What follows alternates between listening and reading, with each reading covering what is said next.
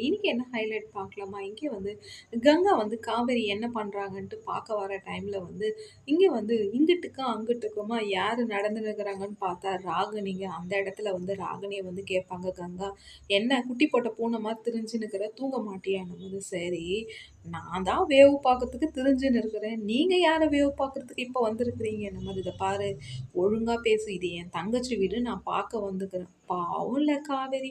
பாவம் காலையிலேருந்து அந்த ஊஞ்சல்ல உட்காந்து அழுதுன்னுக்கிறாரு. ஏன்னா, அவங்க வீட்டுக்காரரு ஒரு ஃபோன் பண்ணல, பேசல.